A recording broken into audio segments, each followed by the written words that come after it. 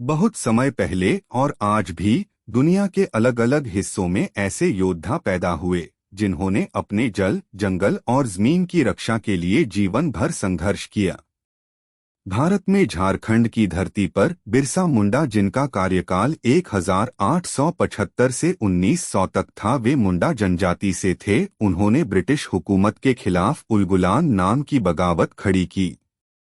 वे केवल योद्धा ही नहीं बल्कि अपने लोगों के लिए भगवान जैसे माने गए।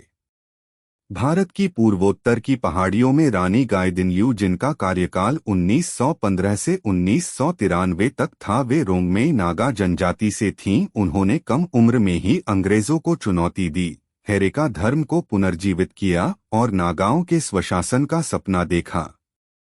भारत के तेलंगाना के जंगलों में कोमारम भीम, जिनका कार्यकाल 1901 से 1940 तक था, वे गोंड जनजाति से थे। उन्होंने नारा दिया, जल, जंगल, जमीन हमारा हक है, और निजाम के अन्याय के खिलाफ लड़े।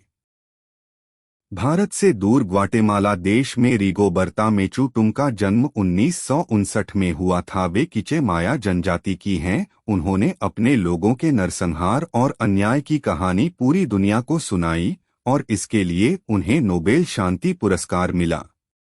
अमेरिका की धरती पर विनोना ला ड्यूक का जन्म 1959 में हुआ था। वे अनीशिनाबे ओजिब्वे जनजाति की हैं। उन्होंने मूल अमेरिकी भूमि अधिकार, सतत विकास और पर्यावरण की रक्षा को अपना मिशन बनाया। ब्राजील के अमेज़न जंगल में चीफ राओनी मेतुकतीरे का जन्म 1930 में हुआ था। वे कयापो जनजाति की हैं। वे अमेज़न वनों की कटाई के खिलाफ लड़ाई लड़ी और स्वदेशी भूमि संरक्षण पर जोर दिया। ब्राजील की डेवी कोपेनावा यानोमामी का जन्म 1956 में हुआ था। वे यानोमामी जनजाति की हैं। उन्होंने जंगलों की कटाई और अवैध खनन के खिलाफ अपनी आवाज बुलंद की। वे पर्यावरण एवं मानवाधिकार कार्यकर्ता हैं। उन्होंने अवैध खनन से यानोमामी लोगों का बचाव किया। बोलिविया में इवो मोरालेस का जन्म 1959 में हुआ था। वे आयमारा जनजाति के हैं और वे पहले स्वदेशी राष्ट्रपति बने और आदिवासी समुदायों के लिए बड़े सामाजिक सुधार किए।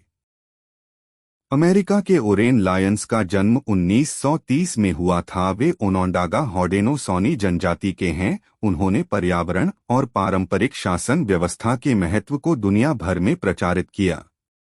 फिलीपींस की पहाड़ियों से आई विक्टोरिया ताउली कॉर्पुस का जन्म 1952 में हुआ था। वे कंकाना ए इगोरोट जनजाति की हैं। वे संयुक्त राष्ट्र में स्वदेशी अधिकार और महिलाओं के लिए आवाज उठाई। ये सभी अलग अलग भाषाएं बोलते थे, अलग अलग धरती पर रहते थे, पर उनकी आत्मा एक ही थी। इसीलिए वे हमेशा अपने लोगों, अपनी संस्कृति और अपनी धरती की रक्षा के लिए काम किए।